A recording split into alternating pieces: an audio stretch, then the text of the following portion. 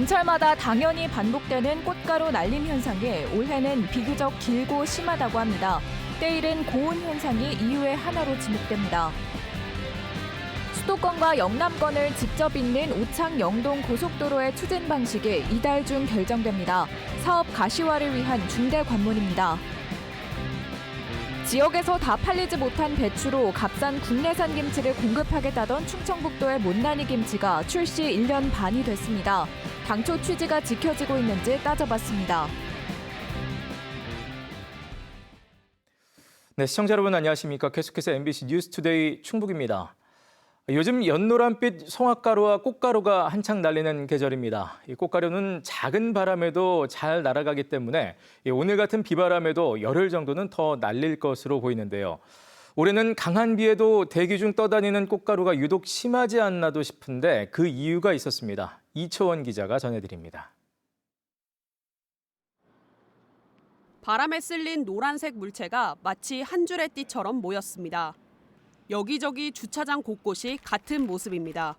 자동차도 예외가 아닙니다. 노란빛 가루가 온통 뒤덮었습니다. 일주일 동안 야외 주차장에 주차해놓은 차량입니다. 차량을 이렇게 손으로 한번 쓱 닦아내면 꽃가루가 선명하게 묻어나옵니다. 세차를 해도 무용지물. 그래도 견디지 못해 세차장을 찾습니다. 한두 달 만에 한 것 같습니다. 꽃가루라든가 송화가루가 너무 많이 날려서 세차하면 바로 더러워져서. 병원도 북새통입니다. 한 병원에는 알레르기 검사 환자가 작년보다 5배 이상 늘었을 정도입니다.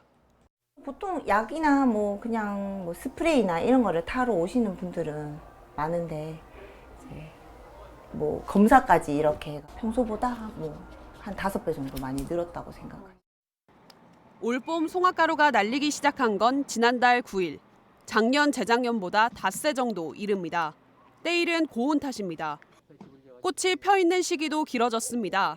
이달 중순 싹을 틔워야 하는 자귀나무는 이미 닷새 전 싹이 났고 여름 꽃나무라고 불리는 목배기롱은 잎이 무성하게 자랐습니다.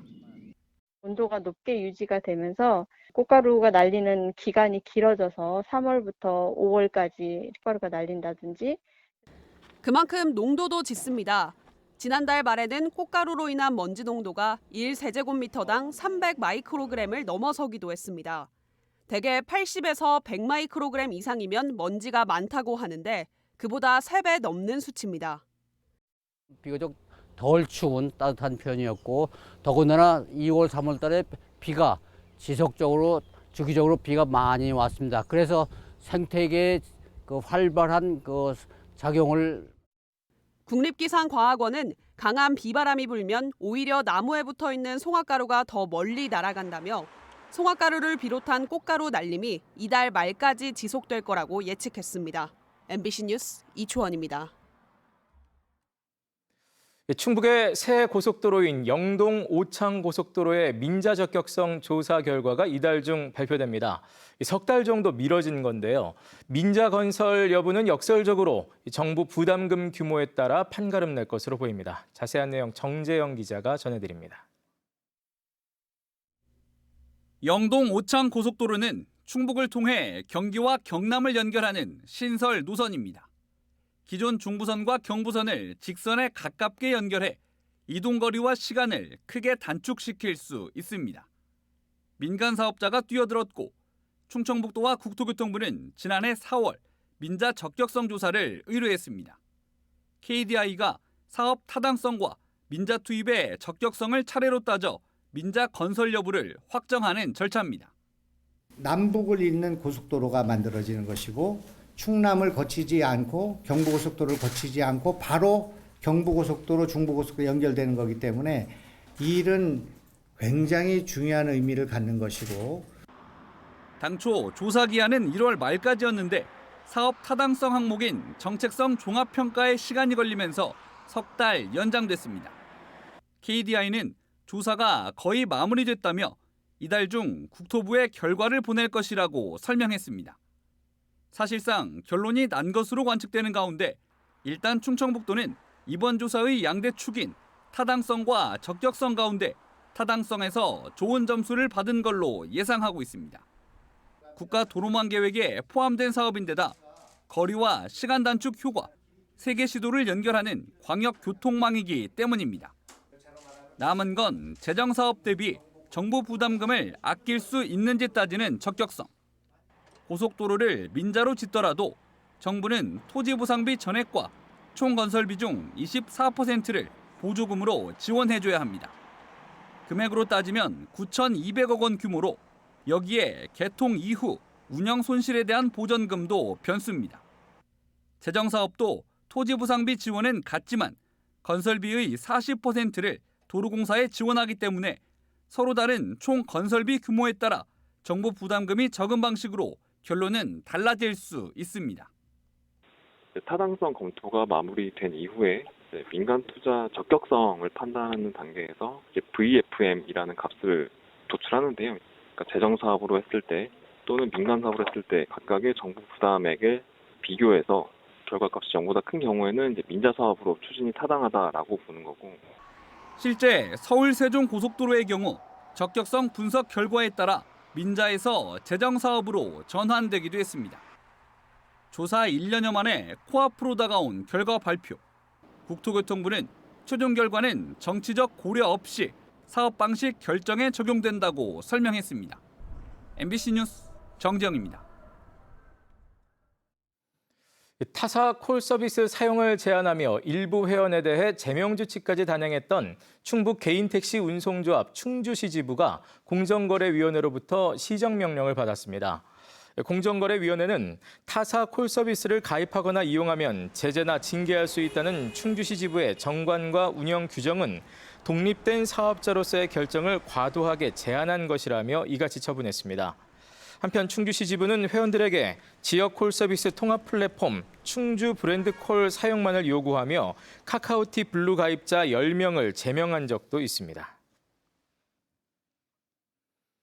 상습 침수구역인 단양 달맞이길에 오는 10일 이상민 행정안전부 장관이 방문합니다. 단양구는 오는 10일에서 11일 이틀 동안 이상민 장관이 단양을 방문해 충주댐 수위가 높아지면 마을 진입로가 물에 잠기는 달맞이길 등을 돌아볼 예정이라고 밝혔습니다. 단양구는 달맞이길 도로를 지금보다 5m 높이기 위한 공사비로 국비 지원을 요청할 계획입니다. 이 밖에도 이상민 장관은 정부의 지역 활성화 투자 펀드 1호 사업으로 선정된 단양 역세권 관광단지 개발 사업 예정지를 둘러봅니다.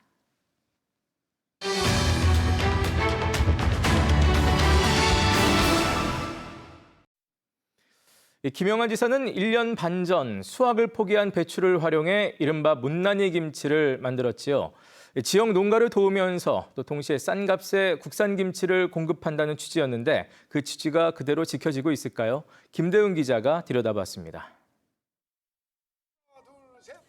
지난 2022년 12월 충청북도가 처음 출시한 못난이 김치입니다. 수확을 마치고 밭에 남겨진 배추를 싼 값에 사들여 못난이라고 이름을 붙이긴 했지만 지역에서 생산한 농산물을 써서 값은 싸고 질이 좋은 김치라고 강조했습니다. 아이디어를 낸 김영환 지사는 중국산 김치를 대체할 것이라면서 의병운동이라는 표현까지 썼습니다.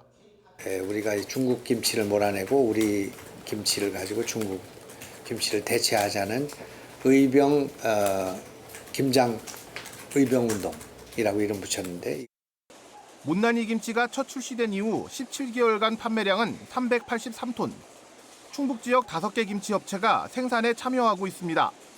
어느 지역 배추를 사용해 김치를 만들고 있는지 업체에 물었습니다.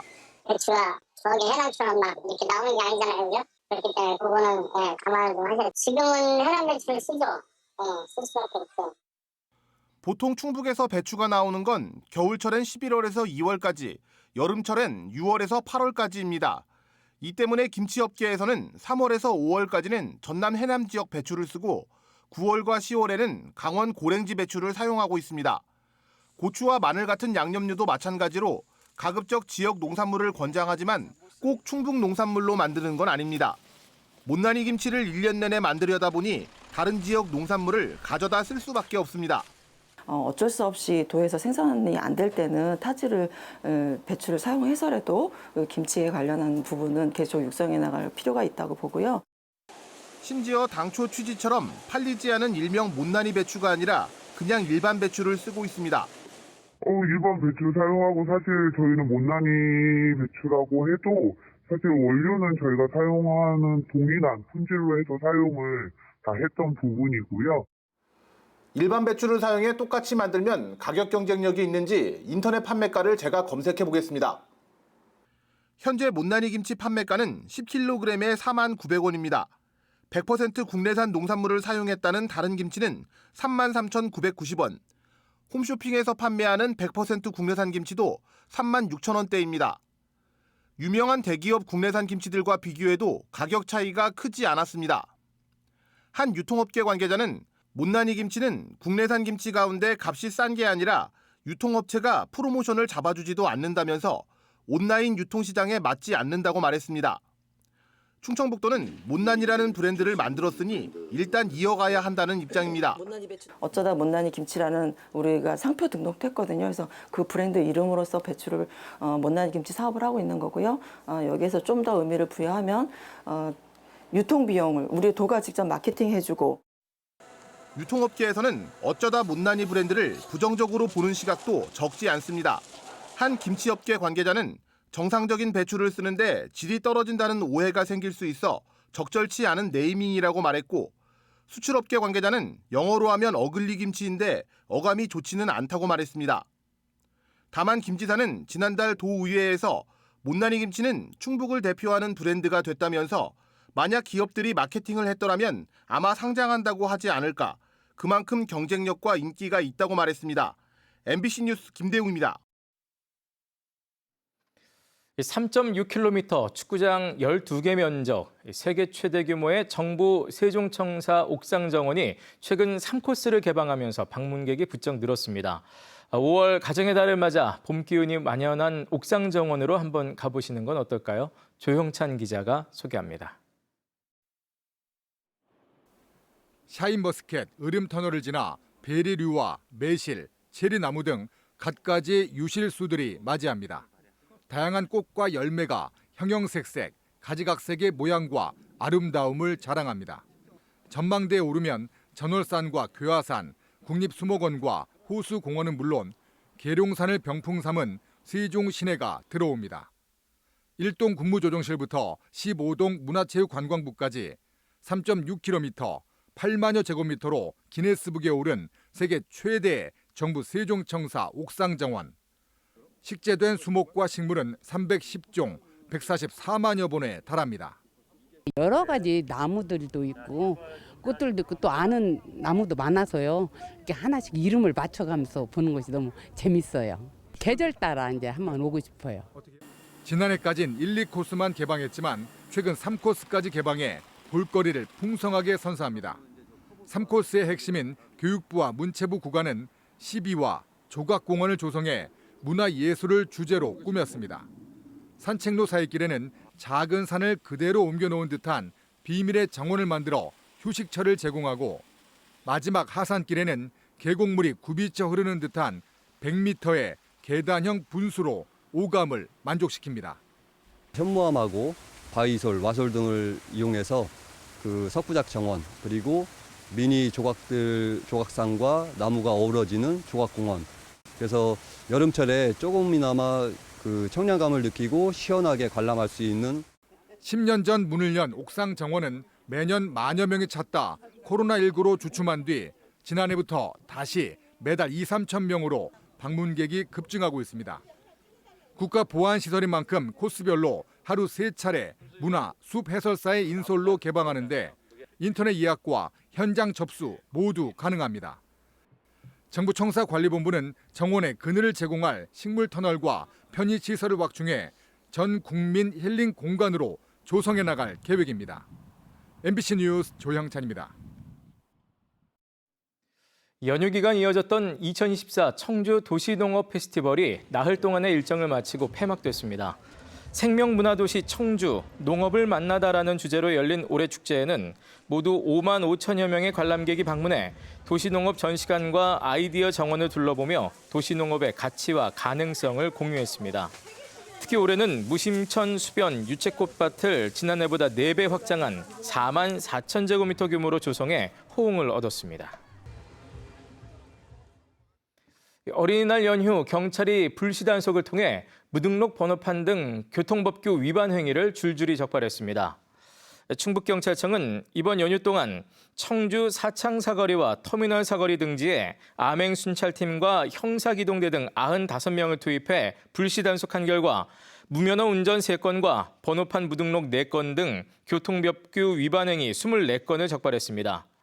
한편 경찰은 지난달 말부터 폭주행위와 관련된 SNS를 집중적으로 살펴보고 폭주행위 집결지 등을 입수해 집중 관리했다고 밝혔습니다.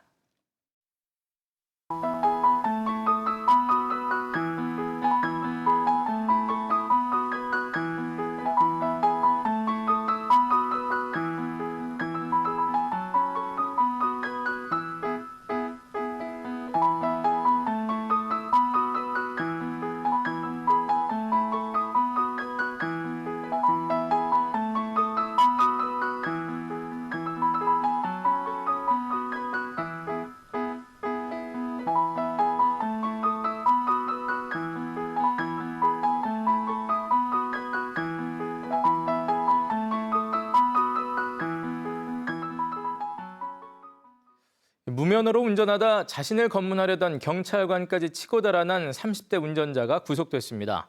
청주 흥덕경찰서는 지난달 26일 오전 10시 20분쯤 청주 복대사거리에서 검문하려던 40대 경찰관을 치고 달아난 30대 운전자를 붙잡아 무면허 운전과 특수공무집행 방해 혐의로 송치했습니다.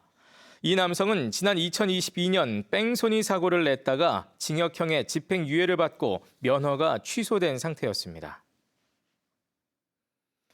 초등학생 의붓딸을 상습적으로 학대한 30대 계모가 집행유예를 선고받았습니다. 청주지방법원 형사 6단독 조현선 부장판사는 지난 2021년 초 소금밥을 먹이거나 한겨울에 찬물로 샤워를 시키는 등 의붓딸을 학대한 혐의로 기소된 30대에게 징역 1년에 집행유예 2년을 선고했습니다. 법원은 피해 아동이 특별히 잘못한 사실이 없음에도 분풀이하듯 폭행한 것을 보면 허용된 훈육행위에 해당되지 않는다고 판시했습니다.